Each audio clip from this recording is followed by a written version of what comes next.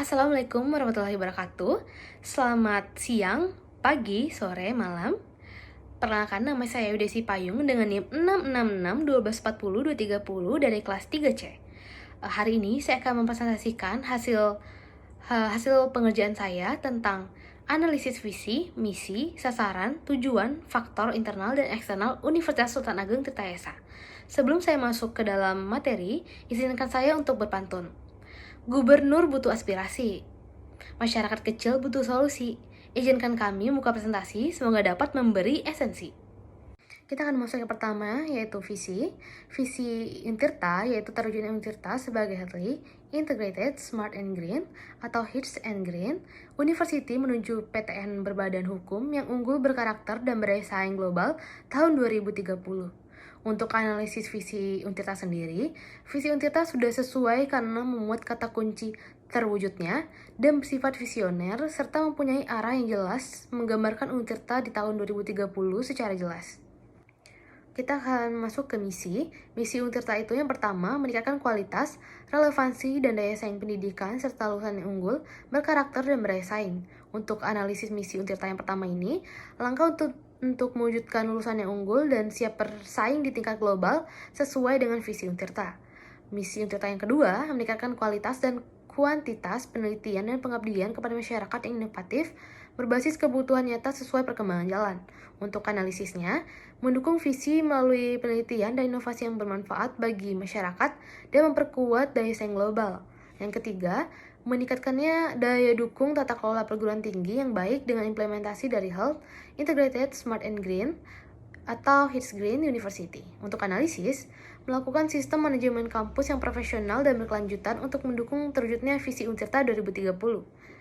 Misi Untirta sudah sesuai karena sudah menggambarkan kegiatan atau langkah-langkah di masa sekarang yang ditandai dengan kata kunci meningkatkan untuk mencapai visi Untirta tahun 2030. Baik, kita akan masuk ke sasaran Untirta. Yang pertama itu, terwujudnya pengembangan karir dan prestasi mahasiswa. Yang kedua, meningkatkan daya saing lulusan dengan memiliki sertifikat kompetensi dan soft skill yang memadai sehingga dapat langsung bekerja atau melanjutkan studi atau berwirausaha. Yang ketiga, terwujudnya program pasca sarjana, prodi doktoral, dan penambahan prodi magister. Lalu yang keempat, meningkatkan peran kegiatan mahasiswa dalam kampus merdeka atau belajar dan berprestasi di tingkat nasional dan internasional.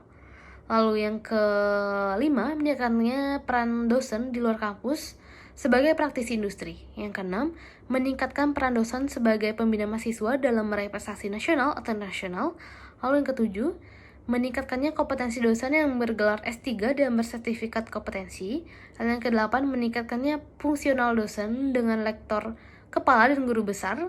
Lalu yang ke-9, meningkatkannya kompetensi dan kesejahteraan dosen dan tendik Untirta. Lalu yang ke-10, meningkatkannya jumlah publikasi dosen di jurnal nasional dan internasional bereputasi. Lalu yang ke-11, meningkatkannya kerjasama prodi dengan mitra industri dan dunia usaha. Lalu yang ke-12, terwujudnya penyempurnaan instrumen sistem remunerasi. Lalu selanjutnya, menguatkan mutu kelembagaan Tirta di level nasional dan internasional. Lalu yang ke-14, terfasilitasinya pembentukan komunitas riset di setiap prodi. Lalu terwujudnya pusat unggulan iptek atau PUI terkreditas Dikti. Lalu yang ke-16, meningkatnya jumlah kegiatan pengabdian masyarakat. Lalu yang ke-17, terwujudnya laboratorium riset terpadu untuk industri. Lalu yang ke-8, meningkatkannya jumlah publikasi dosen di jurnal nasional dan internasional bereputasi. Lalu yang ke-9, menghasilkan keluaran penelitian dan pengabdian masyarakat yang diakui internasional atau ditetapkan masyarakat. Lalu yang ke-20, meningkatkannya kerjasama riset dengan lembaga nasional dan internasional. Baik, kita akan lanjutkan sasaran berikutnya, yaitu yang ke-21, terfasilitasinya akselerasi hilirisasi riset inovatif dan pengembangan inkubator bisnis. Lalu yang ke-22, meningkatkannya kolaborasi riset inovatif antar praktisi, industri, dan akademisi.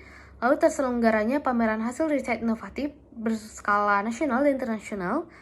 Lalu meningkatkannya status akreditasi program studi di level nasional dan internasional. Lalu yang ke-25, meningkatkannya ranking Untirta di tingkat nasional dan internasional. Lalu menguatkan infrastruktur ICT dalam mendukung smart and good university governance. Lalu terwujudnya pembangunan infrastruktur kampus Sindang Sari berkawasan lingkungan. Lalu terwujudnya transportasi yang terintegrasi antar zona kampus Untirta. Lalu yang ke-29 terwujudnya penyiapan pembangunan rumah sakit pendidikan melalui hibah. Lalu yang terakhir terwujudnya daya dukung keputusan berbasis platform Green University. Baik, kita akan masuk ke analisis sasaran. Sasaran yang ditetapkan oleh Untirta sendiri itu belum sesuai karena belum memenuhi kriteria SMART. Salah satu kelemahan utama terletak pada tidak adanya batasan waktu yang jelas atau time bound dalam sasaran tersebut.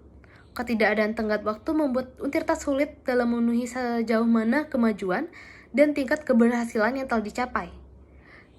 Tanpa indikator waktu yang tegas, sasaran menjadi kurang spesifik, sulit diukur, dan cenderung tidak realistis. Akibatnya, proses evaluasi terhadap efektivitas strategi yang telah dijalankan menjadi tidak optimal, serta berpotensi menghambat perbaikan dan penyesuaian kebijakan secara berkelanjutan dalam upaya mencapai sasaran universitas. Baik, kita akan masuk ke tujuan Untirta. Yang pertama itu tercapainya lulusan berasal di kawasan ASEAN yang berkepribadian, berkarakter, dan menjunjung budaya lokal. Yang kedua, terwujudnya kemandirian institusi sebagai lembaga bermutu dan berasal di kawasan ASEAN yang didukung oleh tata kelola yang baik dan kemitraan strategis di dalam dan luar negeri. Yang ketiga, tujuan Untirta itu tercapainya mutu dan kompetensi dosen dan pegawai yang mampu merespon perubahan global. Lalu yang keempat, tercapainya hasil penelitian dan pengabdian pada masyarakat yang berkualitas dan terpublikasi dengan reputasi nasional atau internasional. Lalu yang kelima, tercapainya hilirisasi riset yang dapat dimanfaatkan pada para pemangku kepentingan. Yang keenam, terwujudnya daya dukung sarana dan prasarana yang terintegrasi, smart and green. Kita akan masuk ke analisis tujuan. Tujuan Untirta sendiri itu belum sepenuhnya selaras karena terdapat ketidaksesuaian antara jumlah misi dan tujuan yang telah ditetapkan. Kondisi ini tuh membuat terjadinya penghambat efektivitas pencapaian visi universitas secara keseluruhan. Oleh karena itu, agar tujuan dapat tercapai dengan lebih optimal, diperlukan penyesuaian jumlah dan rumusan tujuan yang sejalan dengan misi utama Untirta. Dengan adanya keselarasan tersebut, setiap langkah dan strategi yang dijalankan akan menjadi lebih terarah, fokus, serta mendukung pencapaian sasaran strategis universitas secara berkelanjutan. Kita akan masuk ke faktor internal Untirta berdasarkan 6M. Yang pertama itu MEL. Yang pertama ada dosen dengan latar belakang magister atau S2 dan dokter, baik dari universitas luar negeri ataupun dalam negeri. Lalu ada staf administrasi dan tenaga teknis mendukung layanan akademik, keuangan, laboratorium, dan kemahasiswaan. Lalu mahasiswa beragam dengan potensi akademik, organisasi, dan riset. Lalu yang kedua itu money. Di antaranya ada sumber dana dari pemerintah, UKT mahasiswa, dan biaya kebutuhan lainnya yang terkait dengan kegiatan akademik. Lalu ada pinjaman atau hibah luar negeri, lalu ada pinjaman atau hibah dalam negeri, lalu ada hibah langsung, lalu yang terakhir ada SBSN, PBS. Lalu M yang ketiga itu adalah MyChain. Itu terdiri dari e-learning, sistem informasi akademik, dan perpustakaan digital. Lalu yang ketiga itu beberapa laboratorium yang telah dilengkapi perangkat berbasis digital, lalu akses transportasi ke kampus. Kita akan masuk ke 6M yang keempat, yaitu ada penerapan kurikulum Merdeka, belajar kampus Merdeka atau biasa kita sebut MBKM, lalu adanya standar operasional prosedur atau SOP di setiap unit, meski pelaksanaannya ini belum merata. Lalu ada beberapa program studi dengan penerapan OB untuk menyesuaikan capaian pembelajaran dengan standar internasional. Lalu, ada setiap unit memiliki standar operasional prosedur, contohnya registrasi mahasiswa, lalu ada administrasi penelitian, lalu ada keuangan. Lalu, 6M yang kelima itu ada market. Untirta sebagai universitas negeri di Banten menjadi pilihan utama masyarakat. Lalu, market yang kedua, pemanfaatan media sosial resmi seperti Instagram, TikTok, YouTube, dan juga website untuk publikasi informasi akademik, prestasi mahasiswa, dan kegiatan kampus. Lalu ada Untirta aktif dalam mengikuti pameran pendidikan, ada juga expo kampus, serta kegiatan kemasyarakatan di Banten dan sekitarnya. Lalu 6M yang terakhir itu adalah material. Gedung kampus Sindang Sari yang menjadi kampus utama itu dengan ruang kuliah modern, laboratorium dan auditorium, dan ada juga ruang seminar. Lalu ada gedung lama yang ada di Pakupatan, Ciwaru, dan juga di Cilegon masih digunakan meskipun beberapa fasilitasnya itu belum direnovasi. Lalu material yang ketiga itu laboratorium tersedia untuk fakultas, tetapi di beberapa fakultas non ekstra itu masih terbatas. Lalu perpustakaan pusat atau digital library dengan akses dan repository. Lalu asrama mahasiswa dengan mendukung kehidupan mahasiswa rantau. Lalu ada musola atau masjid, kantin, dan ruang hijau untuk kegiatan sosial. Setelah masuk ke faktor internal, kita akan masuk ke faktor eksternal interta berdasarkan STIP.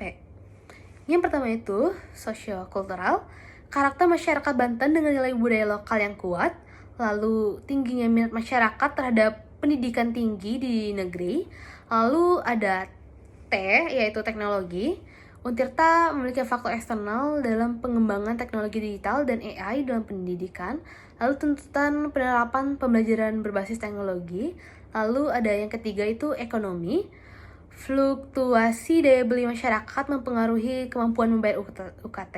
Lalu dukungan dana penelitian dan hibah dari pemerintah serta swasta. Lalu potensi kerjasama ekonomi dengan kawasan industri sekitar seperti Cilegon dan juga Serang. Lalu yang terakhir itu politik atau hukum, kebijakan pemerintah tentang pendidikan tinggi atau MBKMB, akreditasi BANPT, sertifikat dosen. Lalu yang terakhir itu regulasi transparansi keuangan dan tata kelola universitas. Sebelum saya menutup presentasi saya pada hari ini, saya ingin memberikan sebuah pantun. Hari Senin bersih-bersih. Cakep. Pasang bendera biar berkibar. Cakep. Cukup sekian dan terima kasih. Maaf jika presentasinya panjang dan lebar. Assalamualaikum warahmatullahi wabarakatuh.